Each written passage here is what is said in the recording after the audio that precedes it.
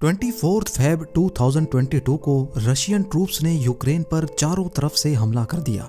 Russian president Vladimir Putin ने दुनिया को साफ साफ बता दिया कि अगर किसी ने इस मामले के बीच में पड़ने की कोशिश की तो उसका अंजाम बहुत बुरा होगा।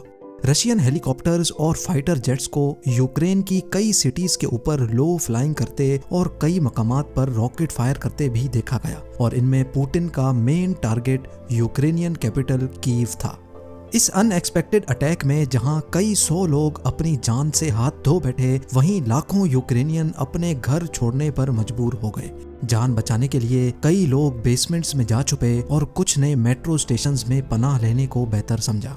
देखते ही देखते यूक्रेन का कोना कोना धमाकों और इमरजेंसी सायरन से गूंज उठा। यूरोप वर्ल्ड वॉर 2 के बाद इस लेवल की जंग पहली बार देख रहा था। यूरोप का मैप जो पिछले 70 सालों से पॉलिटिकल गठजोड़ से बनाया जा रहा था, उसको अब व्लादिमीर पुतिन दोबारा अपने हिसाब से बनाना चाहता है, और वो भी ताकत के बलबूते पर। लेकिन आखिर क्यों? यूक्रेन से 27 टाइम्स ज्यादा एरिया पर फैले हुए रशिया को इतने छोटे यूक्रेन से आखिर क्या खतरा है?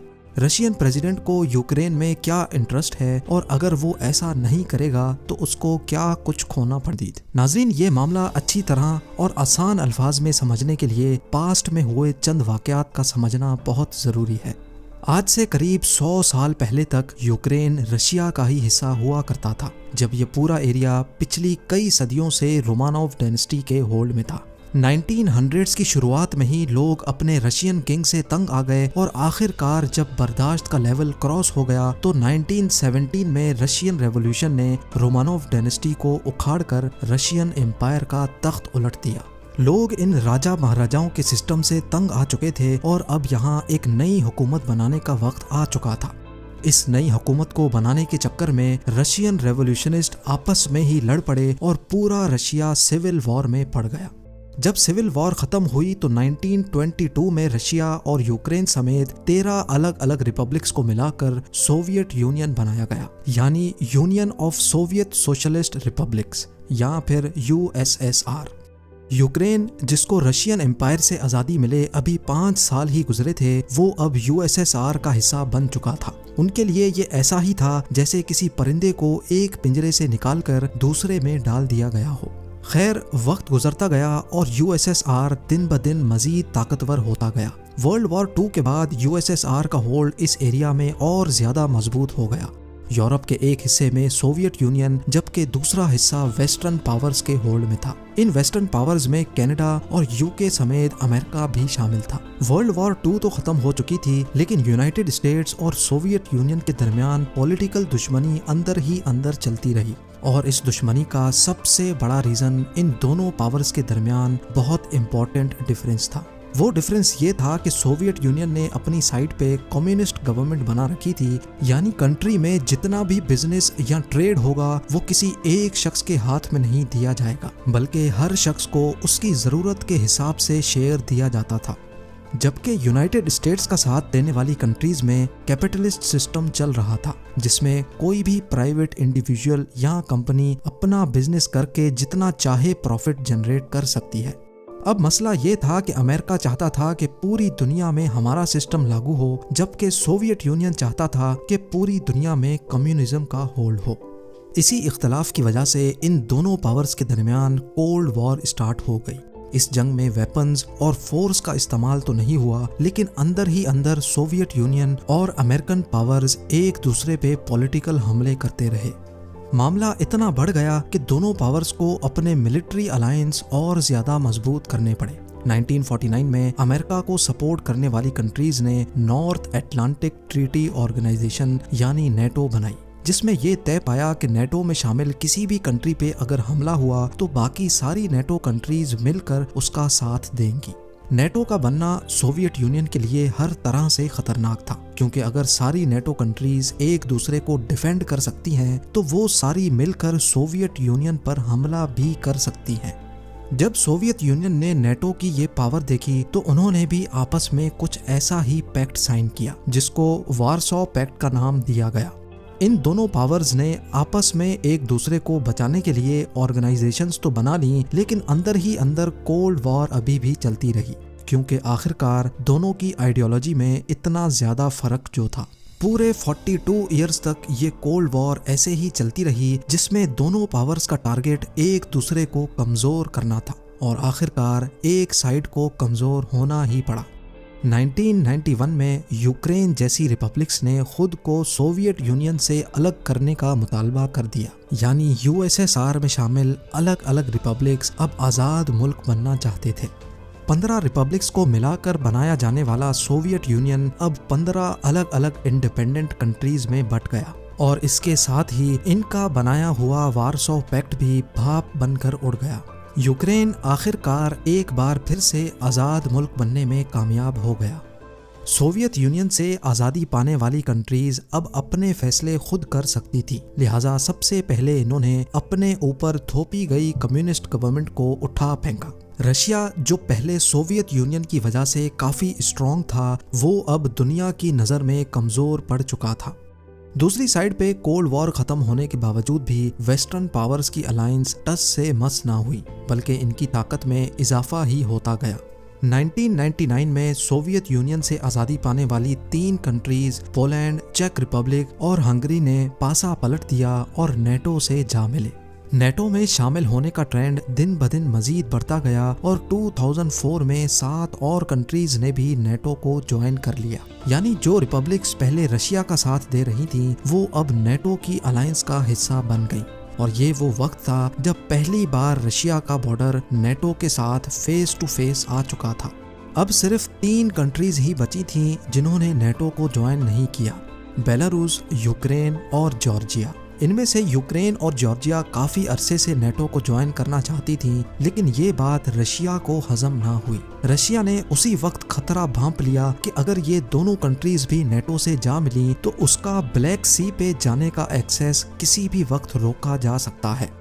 नाजरीन, यहाँ आपको बताते चलें कि यूएस और सऊदी अरेबिया के बाद रशिया दुनिया का तीसरा बड़ा मुल्क है जो ऑयल और गैस प्रोड्यूस करके इंटरनेशनल मार्केट में ब्लैक सी के जरिए ही एक्सपोर्ट करता है। और यही वजह थी कि रशिया यूक्रेन और जॉर्जिया की नेटो में शमूलियत को अपोज कर रहा था।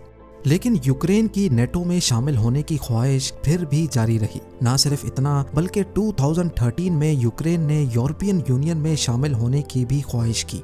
याद रहे कि इस वक्त यूक्रेन के प्रेसिडेंट पेट्रो पोरोशेंको थे, जिनको रशिया का दोस्त और काफ़ी करप्ट समझा जाता था। एन उस टाइम पर जब यूरोपियन यूनियन के साथ डील साइन करने का वक्त आया तो यूक्रेन के प्रेसिडेंट ने रशिया से बेल आउट पैकेज के नाम पर भारी रकम ली और यूरोपियन यूनियन के साथ डील साइन करने से इनकार कर दिया, ये कहकर कि यूक्रेन रशिया का हर मामले में साथ देगा। ये कहा जाए कि रशिया ने यूक्रेनियन प्रेसिडेंट को यूरोपियन यूनियन में शामिल ना होने के लिए ब्राइब किया तो ये गलत नहीं होगा। जब ये खबर मीडिया पे आई तो यूक्रेन में हजारों प्रोटेस्टर्स सड़कों पर निकल आए और उनका सिर्फ एक ही मुतालबा था कि यूक्रेन को यूरोपियन यूनियन का हिस्सा बनाया जाए। प्रोटेस्टर्स का प्रेशर दिन ब दिन बढ़ता गया और आखिरकार यूक्रेनियन प्रेसिडेंट ने उन पर क्रैकडाउन स्टार्ट कर दिया, जिसमें 100 से भी ज्यादा लोग मारे गए। ये देखकर प्रोटेस्टर्स और ज्यादा वायलेंट हो गए और मामला इस हद तक जा पहुंचा कि यूक्रेनियन प्रेसिडेंट को अपनी पोस्ट छोड़कर रशिया भागना पड़ा। प्रेसिडेंट का भाग जाना जहां प्रोटेस्टर्स के लिए जीत का मुकाम था, वहीं पुतिन इसको अपनी हार मान रहा था। लिहाजा अब पुतिन ने ताकत का इस्तेमाल करना शुरू किया। सबसे पहले रशियन आर्मी ने ब्लैक सी में फैले हुए यूक्रेनियन कंट्रोल्ड पेनिनसुला पर कब्जा किया। उसके बाद रशिया के बॉर्डर से लगे यूक्रेन के 2 रीजन्स डोनेस्क और लुहांस्क पर सेपरेटिस्ट की मदद से कब्जा जमाया। रशिया ने सेपरेटिस्ट ग्रुप की खूब जमकर मदद की, जिन्होंने इन दोनों रीजन्स को यूक्रेन से अलग करने की डिमांड कर डाली। पूरे 8 सालों तक इन दोनों रीजन्स में बहुत खून रेजी हुई, जिसमें 14,000 से भी ज्यादा लोग अपनी जान से हाथ धो बैठे, जबकि 20 लाख यूक्रेनियन ये रीजन्स छोड़ने पर मजबूर हो गए। असल में डोनेस्क और लुहांस्क की यूक्रेन से आज़ादी हर तरह से पुतिन के हक में थी और यही वजह थी कि पुतिन इनको भरपूर सपोर्ट कर रहा था। नवंबर 2021 में पुतिन के इरादे खुलकर सामने आ गए। सैटेलाइट इमेज में देखा गया कि लाखों रशियन ट्रूप्स को यूक्रेन के बॉर्डर पे मूव कर दिया गया है और इसके कुछ ही हफ्ते बाद पुतिन ने अपनी डिमांड्स जाहिर कर दी। पुतिन की मेन डिमांड थी कि नेटो इस एरिया में एक्सपेंड ना करे और अपनी मिलिट्री को उसी हद तक वापस लेकर जाए जो 1997 में हुआ करती थी, यानी रशिया से बहुत दूर। पुतिन की ये डिमांड्स वेस्टर्न लीडर्स ने फौरन रिजेक्ट कर दी और अपनी फोर्सेस को और ज्यादा बढ़ा दिया। दूसरी तरफ रशियन ट्रूप्स यूक्रेन को चारों तरफ से घेरने में मसरूफ रहे और बॉर्डर पे हैवी मिलिट्री ड्रिल्स भी करते रहे।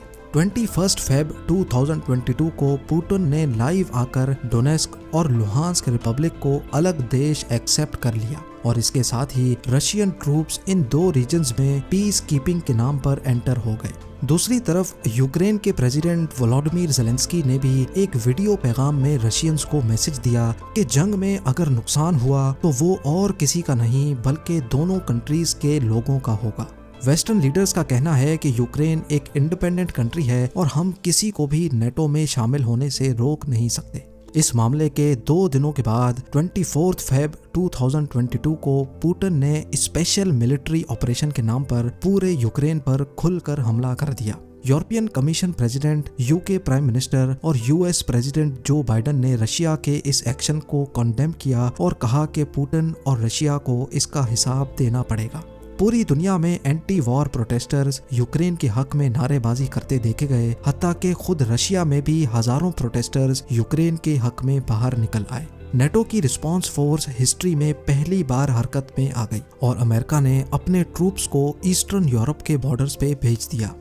पूरी दुनिया यूक्रेन को सपोर्ट तो कर रही है लेकिन रशिया से डायरेक्ट नहीं हो रही, क्योंकि रशिया के पास दुनिया की सबसे बड़ी न्यूक्लियर वेपन्स की कलेक्शन मौजूद है और पुतिन पहले ही धमकी दे चुका है कि अगर किसी ने बीच में पड़ने की कोशिश की तो उसका अंजाम बहुत बुरा होगा। फिजिकल होने के बजाय अब अमेरिका समेत दूसरी कंट्रीज ने भी रशिया पर सैंक्शंस लगाना शुरू कर दी हैं, जिससे रशिया की इकोनॉमी को काफी ज्यादा नुकसान होगा और शायद ऐसा करने से पुतिन को लगाम दी जा सके। उम्मीद है आपको रशिया और यूक्रेन का ये मसला काफी हद तक समझ आ गया होगा। जेम टीवी की इस स्पेशल वीडियो के बारे में अपने कमेंट्स जरूर पोस्ट करें। दोबारा मुलाकात होगी अगली शानदार वीडियो में।